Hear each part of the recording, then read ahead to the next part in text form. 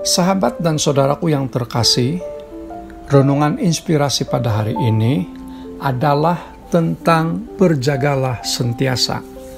Lukas 21 ayat yang ke-36 berkata, "Berjaga-jagalah sentiasa sambil berdoa, supaya kamu beroleh kekuatan untuk luput dari semua yang akan terjadi itu, dan supaya kamu tahan berdiri di hadapan Anak Manusia.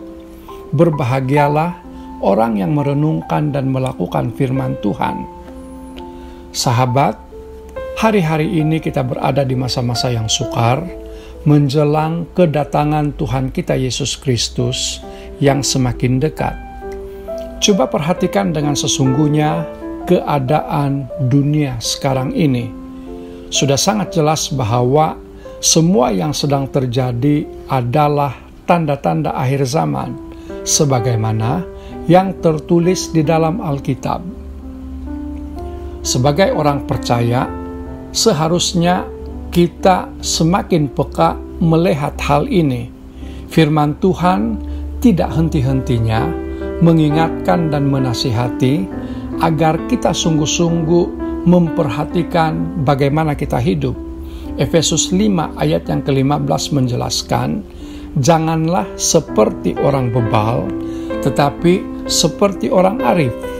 Oleh itu, jangan lagi kita bertindak sembarangan dan mensia-siakan waktu yang ada.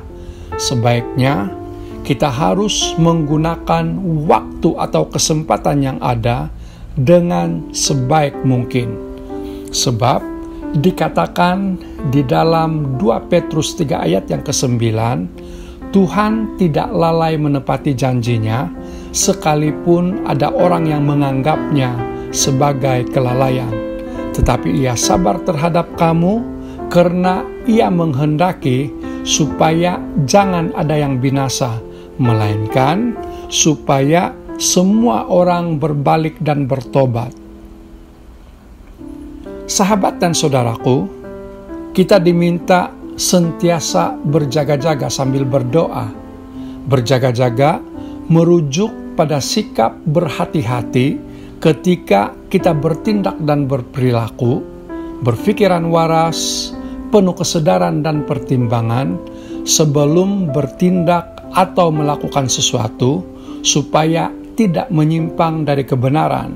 Sebab Tuhan mahu agar kita memiliki gaya hidup yang berbeza berbanding dengan orang-orang dunia.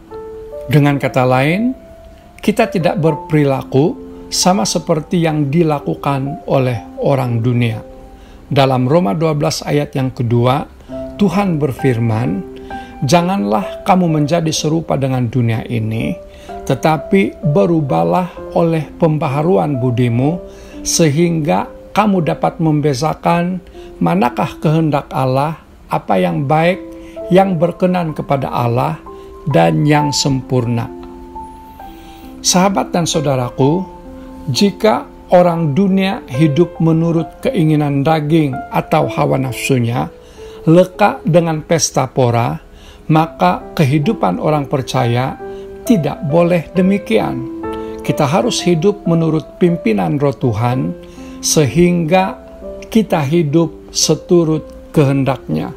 Dengan berjaga-jaga, kita tidak mudah terjerumus ke dalam berbagai pencobaan yang ada. Kiranya renungan inspirasi ini menjadi berkat buat sahabat semua. Selamat bekerja, selamat beraktiviti, jaga kesehatan, jaga keselamatan diri dan keluarga, dan tetaplah bersemangat. Tuhan Yesus memberkati. Mari kita berdoa. Tuhan, hidup kami adalah milik-Mu. Terima kasih karena telah mengingatkan kami untuk sentiasa berjaga-jaga dalam apapun keadaan, sementara menunggu kedatangan-Mu bagi kali yang kedua di dunia ini. Di dalam nama-Mu kami berdoa. Amin.